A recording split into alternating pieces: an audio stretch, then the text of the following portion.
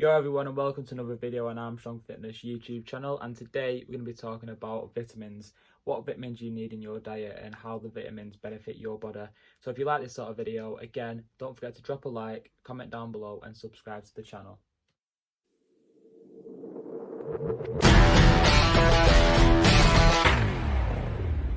Yeah, so the first vitamin that we're going to talk about is vitamin D.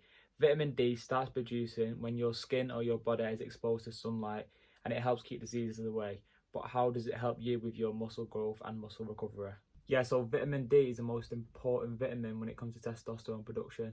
As well as this, vitamin D also increases explosive power in adults. In a study done where subjects took vitamin D alongside a strength training program, their results were massive compared to the subjects which took the placebo. Vitamin D is shown to have a positive effect on protein synthesis, and this is partly due to the impact that it has on your testosterone levels. A study was done which showed men with low testosterone had a 20% boost while supplementing vitamin D. As well as its effects on testosterone and muscle growth, vitamin D also is great for bone health and works alongside magnesium and calcium, which are the essential minerals for bone health. Yeah, so number 2 on the list is vitamin C. Most people have probably heard of vitamin C when they catch a common cold, and your mum and your dad says make sure you're taking your vitamin C tablets or making sure your vitamin C intake is ups. But what actually are the effects on vitamin C on your muscle growth? Yeah, so when you exercise, your muscle fibers do tear and free radicals are produced, which is a harmful compound in your body which must be removed. Vitamin C is an antioxidant and removes these free radicals, aiding in your muscle growth and your muscle recovery. As I said earlier, when you catch a cold, you are probably told to make sure you're upping your vitamin C intake, and this is because vitamin C is a great immune booster which helps prevent sickness. Yeah, so vitamin C is water soluble, which means your body doesn't store it. So what you want to do is, you can get little tablets, whether you're getting it from supplements or from food. If you are getting it from supplements, you can get little tablets which you just put in your water every day and consume it through that. Yeah, so it's recommended to take between 500 and 2,000 milligrams per day. However, it is also recommended that if you do take more than 1,000 at one time, you may see some issues downstairs. Yeah, so if you haven't taken it before and you just want to start taking vitamin C, what I would advise is starting off at 500 milligrams a day, and then the next week up it by 500 and continuing that until you reach your 2,000 milligrams per day. Some examples of food with a high vitamin C count are oranges, grapefruit, peaches and papaya. Number 3 on the list is vitamin E, and vitamin E is great for your general health, performance and recovery. Yeah, so similar to vitamin D, vitamin E also works to remove the free radicals produced during exercise, and it would also help reduce oxidative stress and reduces muscle damage. Vitamin E is a great immune booster and is also great for healthy hair and healthy skin. Vitamin E is a fat-soluble vitamin, but there is no risk of toxicity when supplementing it. It's advised to take around 400 to 800 international units per day, and examples of vitamin E examples of foods that are high in vitamin E are leafy greens, nuts and seeds. Yeah, so moving on now to number 4, which is magnesium. So when athletes or bodybuilders are performing for a long period of time, they lose a lot of fluid through sweat, but what they also lose is magnesium.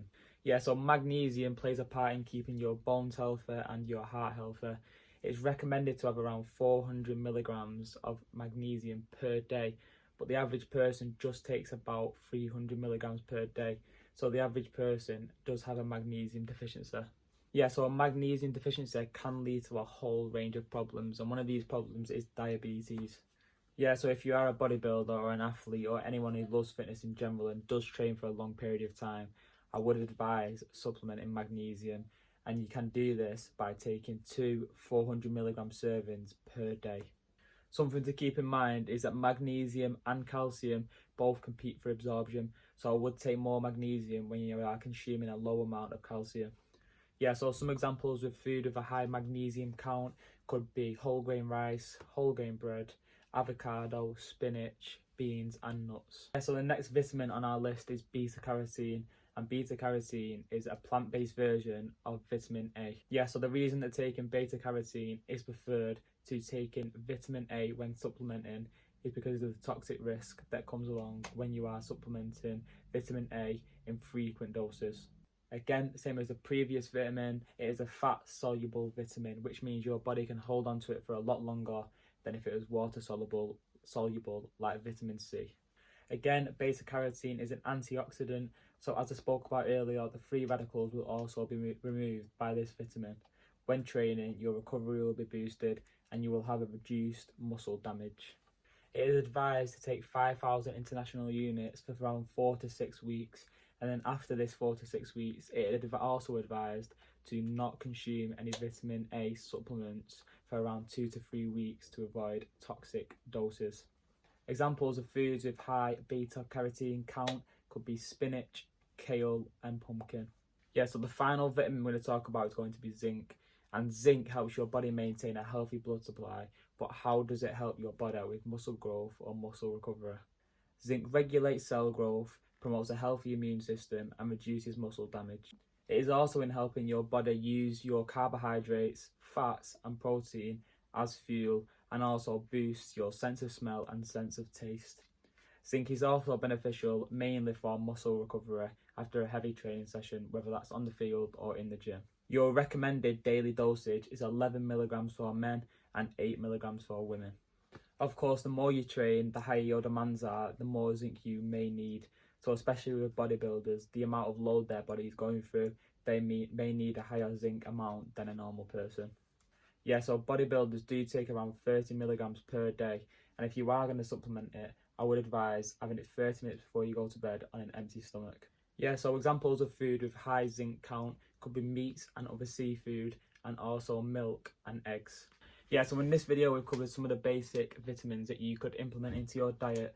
If you enjoyed this video and took something away from it, again, don't forget to drop a like down below and subscribe to the channel for more videos in the future.